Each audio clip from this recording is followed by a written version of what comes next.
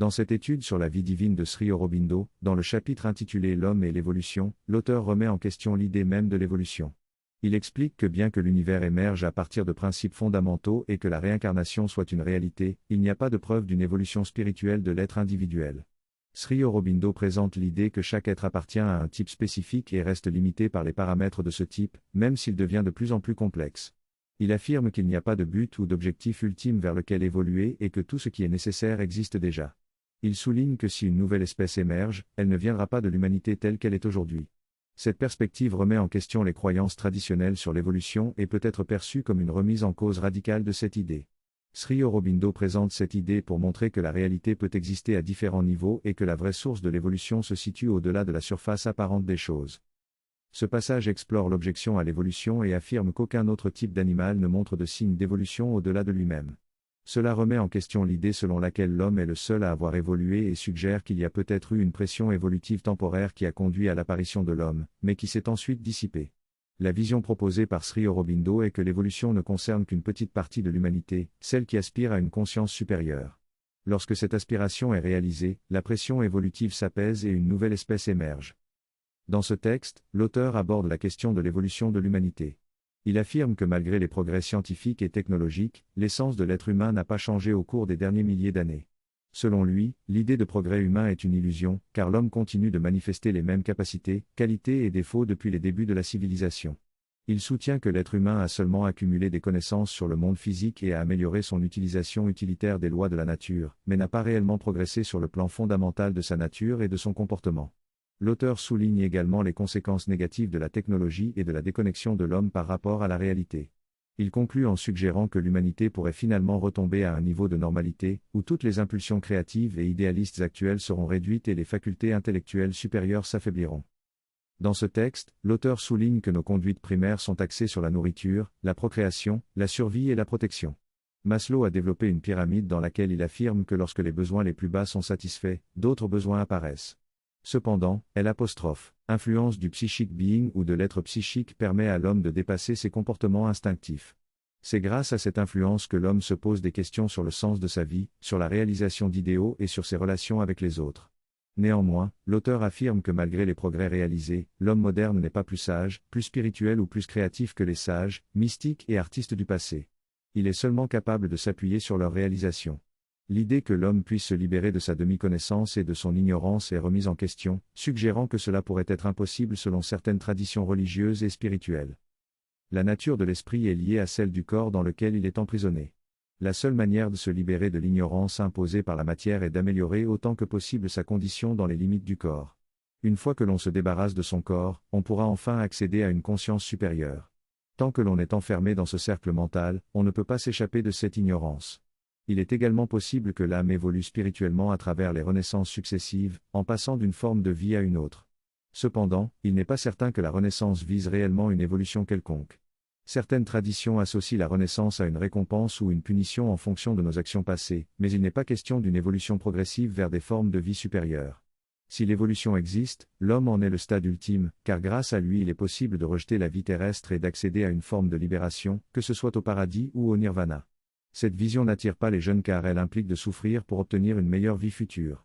De plus, cela renforce l'idée que ceux qui sont riches sont plus évolués que les pauvres en raison de leurs bonnes actions passées. Cette vision était peut-être attrayante dans le passé lorsque les gens souffraient beaucoup, mais aujourd'hui elle ne séduit plus. Dans cet extrait, l'auteur aborde la question de la spiritualité et de la recherche d'un niveau supérieur de plaisir et de bonheur dans la vie.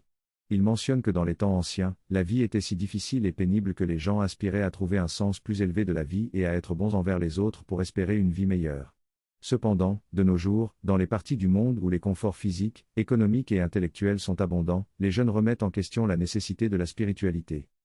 L'auteur souligne également que si l'on considère le monde comme un lieu d'ignorance et de souffrance inchangeable, alors la seule solution est de s'en échapper.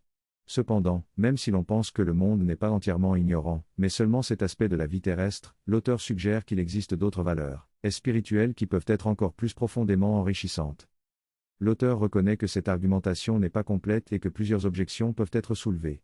Il remet notamment en question l'idée d'une évolution préétablie et téléologique, selon laquelle la conscience passerait de l'inconscience à la surconscience.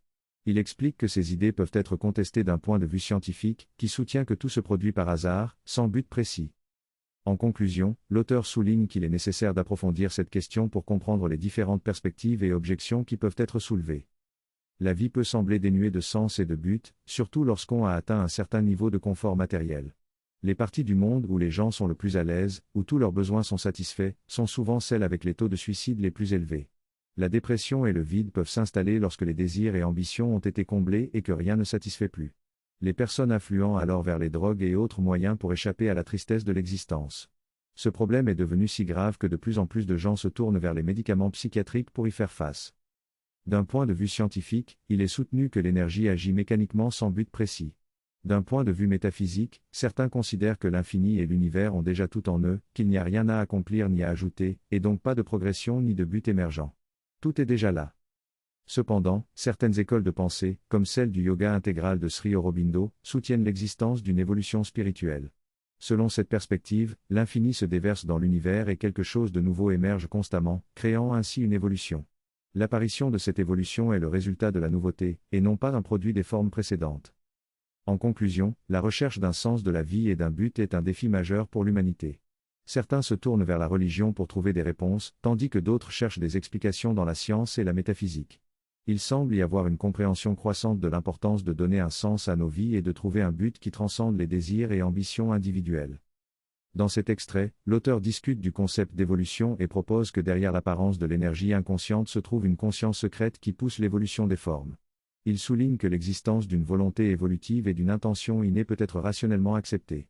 Il évoque également l'idée que la conscience émerge à mesure que les formes se développent, en lien avec la complexité et le nombre de connexions au sein du cerveau. L'auteur suggère ainsi l'existence d'un être conscient secret qui serait à l'origine de l'impulsion évolutive. Il conclut en affirmant que la conscience est l'impulsion inconsciente émergeant d'un être conscient dynamique qui cherche à se réaliser à travers un processus automatique de la nature matérielle. Ce texte décrit le mécanisme par lequel les formes se sont développées à partir d'un début aléatoire. Il explique que la randomité est essentielle pour que des développements intéressants se produisent. Par exemple, si de la poudre de fer est jetée de manière aléatoire sur une feuille contenant un aimant caché en dessous, la randomité du mouvement permettra au morceau de fer de former un motif clair qui représente le champ magnétique. Ce texte souligne également l'importance de la liberté et de la capacité à faire des erreurs dans l'évolution spirituelle et la croissance de la conscience. Enfin, il mentionne le concept de fluctuation aléatoire de l'énergie mécanique dans l'espace vide en physique quantique, et comment cette fluctuation peut être influencée par une impulsion provenant de la conscience secrète. Dans cet extrait, il est expliqué comment le processus évolutif se déroule à travers la conscience et la volonté de l'être. Lorsqu'une personne exprime un désir ou un souhait, cela provoque des réactions physiques dans son corps, comme une accélération du rythme cardiaque et la libération d'hormones. De la même manière, la conscience a le pouvoir de se transformer en volonté, et cela se produit de manière naturelle et inévitable. Il est souligné que ce processus est normal et inévitable car la conscience et la volonté sont des forces puissantes qui agissent conjointement. De plus, il est expliqué que la vérité de l'être, c'est-à-dire la réalisation de soi, doit nécessairement se manifester et s'accomplir à travers cette force de la conscience et de la volonté. Il est également souligné que cette vérité de l'être est intrinsèquement liée à la beauté et à l'harmonie, ce qui explique pourquoi l'univers est si beau. Enfin, il est expliqué que la réalisation de cette vérité de l'être est inévitable et inarrêtable car elle est connectée à une réalité supramentale qui transcende la rationalité limitée. Ainsi, tous les arguments précédemment formulés contre l'évolution sont remis en question, car ils ne prennent pas en compte cette réalité supérieure. La manifestation de la vérité de l'être se manifeste inévitablement, ce qui constitue le facteur fondamental de l'évolution. Mais quel est le mécanisme par lequel elle s'accomplit et atteint son but ? Il doit faire partie de l'instrumentation et être un élément du principe opérant. Si je suis la beauté, alors cette beauté se reflètera, mais comment le mécanisme de ce reflet se fera-t-il ? Ce sera par la volonté et son objectif. Je suis la beauté, je veux exprimer la beauté que je suis. Je ne peux évidemment pas exprimer quelque chose que je ne suis pas. Mais je suis tout potentiel maintenant, derrière l'être conscient qui ment. Je m'exprime dans tout cela, mais pas d'un seul coup. J'exprime ceci d'abord, puis cela, et ainsi de suite. La volonté et son but sont donc nécessaires pour exprimer ma beauté, pour exprimer ma complétude, qui est le but ultime.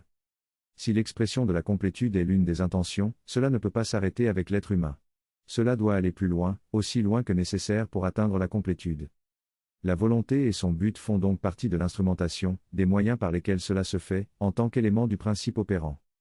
Ainsi, Sri Aurobindo rejette l'objection scientifique ou matérialiste à l'évolution et au sens du but dans l'évolution. Regardons maintenant la science moderne que nous connaissons est l'énergie.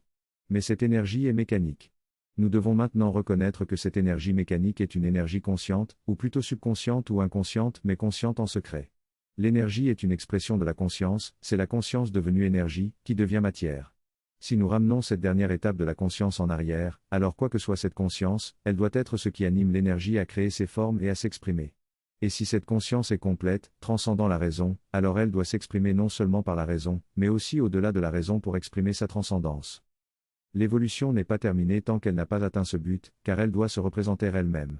Il y a donc un but dans l'évolution, il y a une direction dans l'évolution. La direction est vers une conscience croissante, devenir de plus en plus la nature de la conscience qui est derrière, et le but est de la représenter pleinement. Notre discussion rencontre une limitation de l'argumentation scientifique et du matérialisme scientifique. Maintenant, il aborde les objections métaphysiques. L'objection métaphysique est plus sérieuse, car il semble évident que l'absolu ne peut avoir aucun autre but dans sa manifestation que le plaisir de la manifestation elle-même. Donc, un mouvement évolutif dans la matière en tant que partie de la manifestation doit entrer dans cette déclaration universelle. Même dans le monde matériel, il ne devrait y avoir que le plaisir de la manifestation, cela ne peut exister que pour la joie du déploiement, de l'exécution progressive, la révélation de soi sans objet. Mais ici, le monde matériel n'est pas une totalité intégrale, il fait partie du tout, un degré dans une gradation. Il peut donc admettre non seulement la présence de principes ou de pouvoirs spirituels appartenant au tout, qui sont impliqués dans sa matière mais également une descente de ces mêmes pouvoirs des degrés supérieurs du système pour délivrer leur mouvement apparenté ici, à partir de la rigueur d'une limitation matérielle. Il expose donc le mécanisme en révélant le mécanisme, car le but ultime de la volonté divine est de révéler, même pour le plaisir. Dans ce texte, l'auteur explore l'idée que tout dans l'univers existe dans un but précis, même si ce but n'est pas évident pour nous. Il suggère que tout ce qui dépasse la matière peut choisir de descendre dans celle-ci et jouer des possibilités qui dépassent les limites de la matière, et que cela fait partie de la réalité totale et de la manifestation des pouvoirs supérieurs de l'existence. L'auteur affirme également que le sens de la finalité et de la direction de l'évolution consiste à faire en sorte que toutes les possibilités qui existent au-delà de la matière trouvent leur place à l'intérieur de celle-ci. Il soutient que cela ajoute une dimension de but et de sens à l'ensemble du jeu existentiel, permettant ainsi à la totalité de se manifester pleinement dans le monde matériel. Pour l'auteur, cette finalité et cette direction ne sont pas nouvelles, mais elles sont simplement focalisées sur la matière pour leur réalisation. Enfin, l'auteur souligne que si le jeu existentiel est important pour le plaisir de l'existence, il doit également avoir un sens et une signification pour être complet.